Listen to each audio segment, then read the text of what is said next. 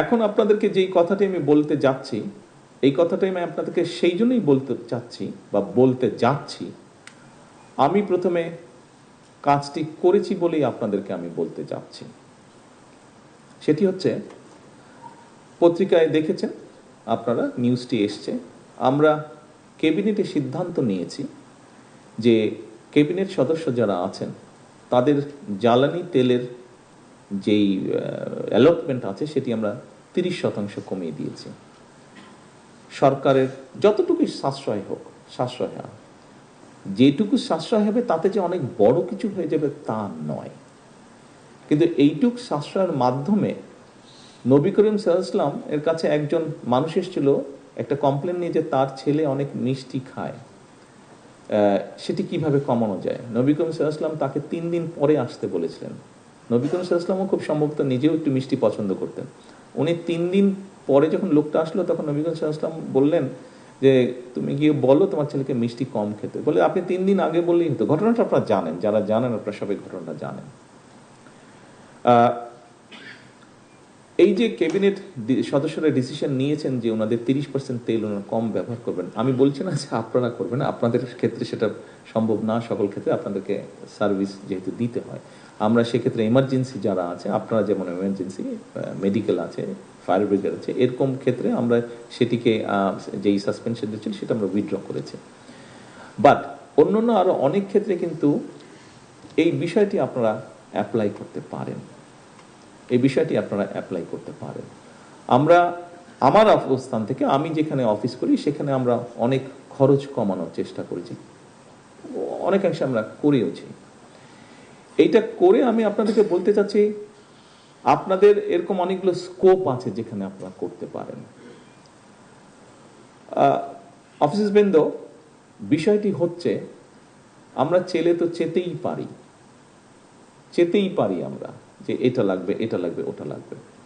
তবে আমরা একটু অন্যভাবে তো চেষ্টা করলেও করতে পারি যে ঠিক আছে আমি আমার রাষ্ট্রকে কি দিতে পারি, কতটুকু দিতে পারি। অবশ্যই আপনি সার্ভিস দিচ্ছেন, আপনি জান বাজি রেখেও সার্ভিস দিচ্ছেন, এখানে উপস্থিত প্রায় প্রত্যেকটি মানুষ জান বাজি রেখেও আপনি সার্ভিস দিচ্ছেন। এর বাইরেও কিছু তো আমরা দিতে পারি, যেই জিনিসটা না হলেই নয়। আমরা অনেক জিনিস আছে এরকম যে এই জিনিসটা আমরা যদি স্কিপ করি, আমরা যদি বাদ দিই তাহলেও হবে, এবং তাতে রাষ্ট্র বা সরকারের কিছুটা হলেও সেভ হবে। আমরা যদি এই মানসিকতা, এই জন্যই আমি আপনাদেরকে বললাম যে আমি জিনিসটা চেষ্টা করেছি আমার অবস্থান থেকে কিছুটা হলেও করতে, এবং সেইটা করার পরেই সেই সৎ সাহসটা নিয়ে আমি আপনাদেরকে বলছি আসুন আমরা এই ঘরে দাঁড়িয়ে, আমি এই পিএমওর যারা স্টাফ আছেন তাদের আমি ওতনার পরে প্রথম যখন এই অফিসে আসলাম তাদের উদ্দেশ্যে আমি একটা কথা বলেছিলাম। আমি মনে করি এই কথাটি আজকেও এই ঘরে যারা আছেন তাদের জন্য অ্যাপ্লিকেবল। সেই কথাটি হচ্ছে, দেখুন আমরা এই মুহূর্তে এই ঘরে যারা বসে আছি, বাংলাদেশের 20 কোটি মানুষের তুলনায় আমরা কিন্তু সবাই প্রিভিলেজড, কিন্তু কোনো না কোনোভাবে আমরা প্রত্যেকেই প্রিভিলেজ, অনেকের থেকে অনেক কোটি গুণ বেশি প্রিভিলেজ। যেহেতু আমরা প্রিভিলেজড, আসুন না আমরা চেষ্টা করি কিছুটা হলেও যদি কম প্রিভিলেজ নেই, তাতে যদি কিছুটা আমরা প্রত্যেকে যদি একটু একটু করে ছাড় দেই, তাহলে কিন্তু অনেক বড় ছাড় হবে, অনেক বড় ছাড় হবে। কাজেই আজকে এই পুলিশ সপ্তাহ উপলক্ষে আপনারা যেরকম আপনাদের বিষয়গুলো উপস্থাপন করেছেন,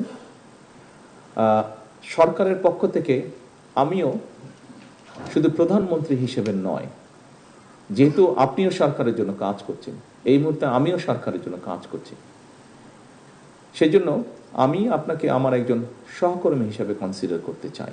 আপনার কাজও হচ্ছে জনগণের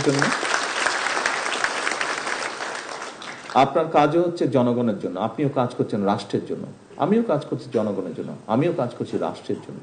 আমাদের লক্ষ্য উদ্দেশ্য একটি বেটার বাংলাদেশ তৈরি করা। কাজটা আমরা সমাপ্ত করতে পারবো না, তবে কাজটা আমরা যদি সকলে এক জায়গায় এসে দাঁড়াই, আমরা সকলে কাজটা শুরু করতে পারবো। ইনশাল্লাহ আমাদের পরবর্তী প্রজন্ম কাজটা ক্যারি আউট করতে পারবে, বয়ে নিয়ে যেতে পারবে। আসুন আজকের এই পুলিশ সপ্তাহে আমাদের প্রতিজ্ঞা হোক, প্রতিশ্রুতি হোক, শপথ হোক যে আসুন আমরা যে যার অবস্থান থেকে, আপনি আপনার সরকারি অবস্থান, আপনি আপনার ব্যক্তিগত অবস্থান, উভয় জায়গা থেকে আসুন, আমরা এই কাজটি শুরু করি।